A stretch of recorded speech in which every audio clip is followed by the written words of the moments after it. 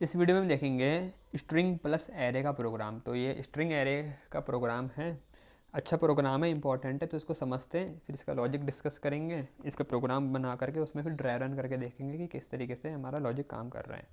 तो क्वेश्चन में बोला गया है कि भाई एक प्रोग्राम बनाना है जावा में to input 10 words in an array. 10 words बोल दिया तो ऑटोमेटिक सी बात है कि जो एरे होगा ये स्ट्रिंग टाइप का होगा, ठीक है ना। And print only those words which have odd number of character. अब 10 वर्ड एक स्ट्रिंग एरे में इनपुट लेने के बाद हमें सिर्फ वो वाले वर्ड प्रिंट करने हैं जिनमें ऑड नंबर ऑफ कैरेक्टर है। इनडायरेक्टली उसका कहने का मतलब ये है कि जिनकी लेंथ ऑड है, ठीक है। तो इसको हमने थोड़ा आसान बना दिया, जिन वर्ड्स की लेंथ ऑड है हमें सिर्फ वही प्रिंट करने हैं, ठीक है ना। अब किस तरीके से काम होगा पहले वो समझते हैं। तो जैसे मेरा एक स्ट्रिंग एरे है, तो एक एरे आ गया यहाँ पर, मान लो स्ट्रिंग टाइप का, ठीक है। अब इसमें वर्ड्स हैं, तो पहले तो इसका जो इंडेक्स होगा 0 से शुरू होता है, तो तुम्हें पता ही है 1 2 3 एंड सो ऑन। आखिरी इंडेक्स कितना होगा भाई इसका? आखिरी इंडेक्स होगा 9। 0 से 9 मतलब इसमें टोटल 10 वर्ड्स आ जाएंगे।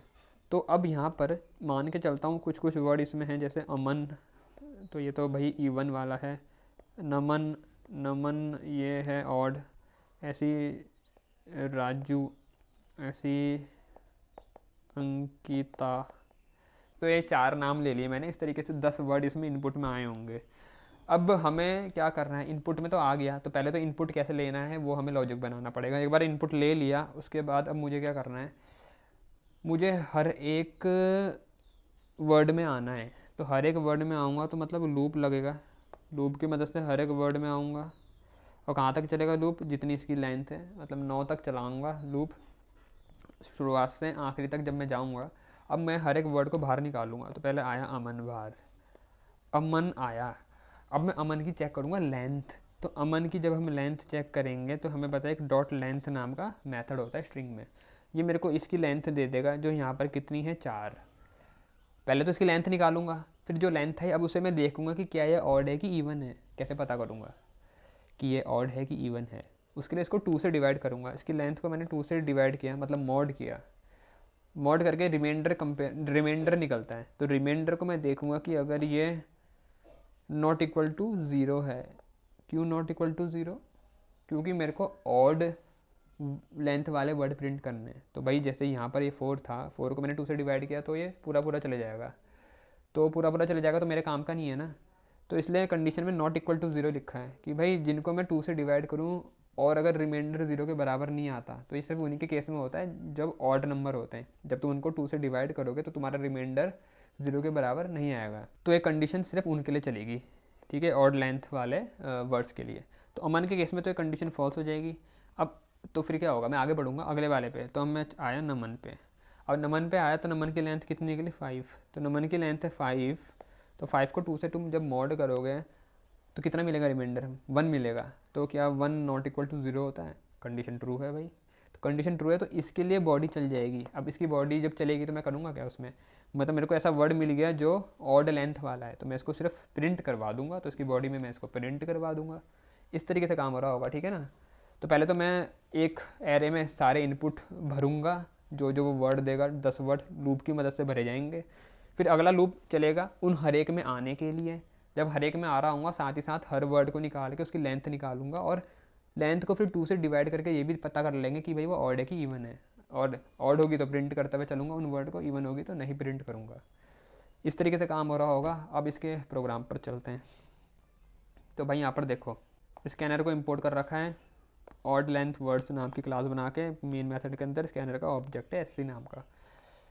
स्ट्रिंग इनपुट में लेनी है, एक स्ट्रिंग एरे में मेरे को 10 वर्ड इनपुट में लेने हैं। तो स्ट्रिंग का एरे बनाया वर्ड्स नाम का, ये बताता है कि भाई ये मेरा एरे है।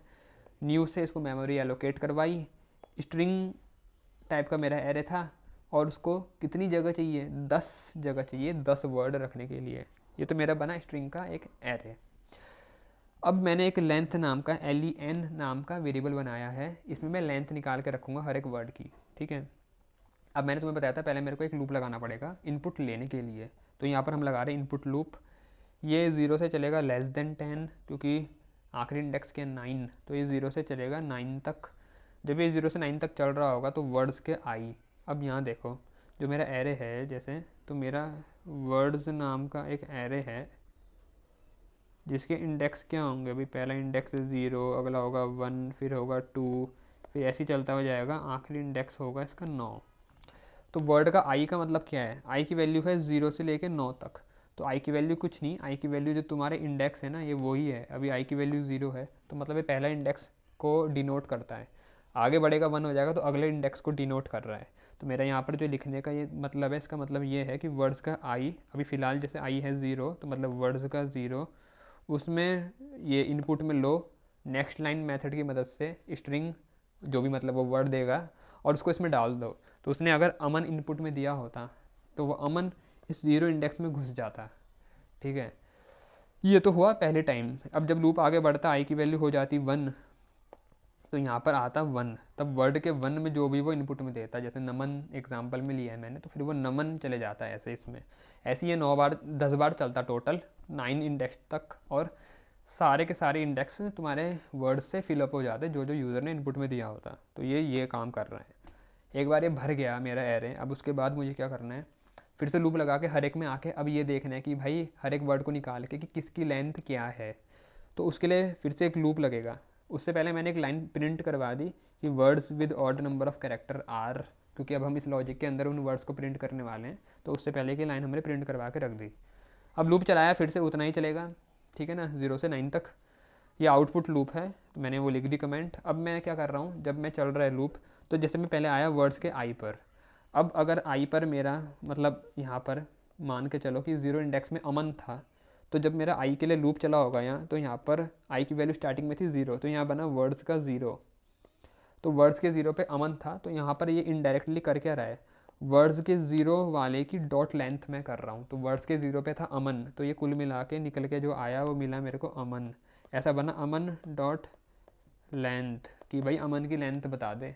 अब अमन की लेंथ कितनी है, जितने इसमें करेक्टर हैं, तो इसमें कितने 4 हैं, तो इसकी लेंथ निकल के आई 4।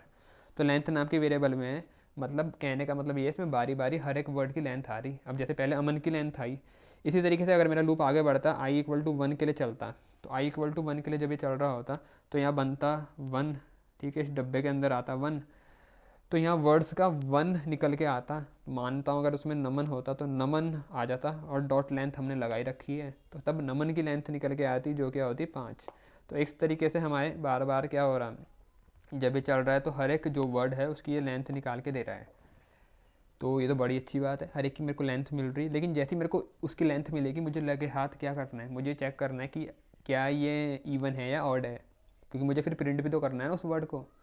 तो वही हम यहाँ नीचे चेक करते हुए चल रहे, साथ ही साथ कि जैसे जैसे मेरे को यहाँ पर पहले इसकी लेंथ मिली अमन की, तो अमन की जो लेंथ मिली होगी भाई वो कितनी है, 4 है।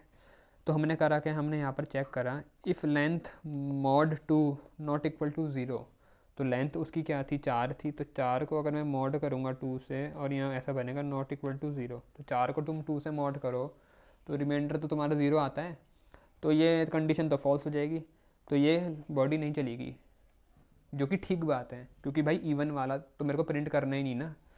आगे बढ़ेंगे, अब आगे जब लूप मेरा अगली आई की वैल्यू के लिए चला था, जैसे 1 के लिए चला था, तब मेरे को नमन मिला था। नमन में कौन थे, 5 कैरेक्टर थे।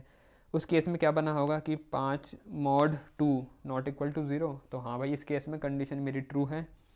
अब इस केस में मेरी कंडीशन ट्रू है तो इसकी बॉडी चल जाएगी। अब इसकी बॉडी में क्या हो रहा है, मैं प्रिंट कर रहा हूँ उस वर्ड को, वर्ड का आई लिखा है, तो इस केस में जो आई वाले इंडेक्स में वर्ड बैठा हुआ है वो प्रिंट हो जाएगा।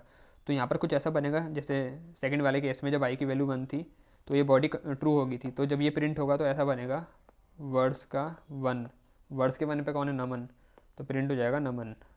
मतलब वो वाले वर्ड प्रिंट हो रहे हैं जिनकी लेंथ है ऑड, ठीक है। और आखिरी में हमने मेन क्लोज कर रखा और क्लास क्लोज कर रखी। तो इसका ड्राई रन था। इसी तरीके से भाई आगे बढ़ता जाएगा लूप, ये तो पूरा 10 के लिए चलेगा, और हर एक में यही चेक करना है इसने कि भाई किसकी लेंथ ऑड है, जिनकी होगी उनको प्रिंट करेगा, जिनकी नहीं होगी उनको इग्नोर करेगा। इस तरीके से ये काम हो रहा है। तो मुझे उम्मीद है तुम्हें इसका लॉजिक समझ में आ गया होगा। अगर आ गया है तो वीडियो को लाइक कर देना। फिर मिलता हूँ किसी और इंपॉर्टेंट क्वेश्चन की वीडियो में।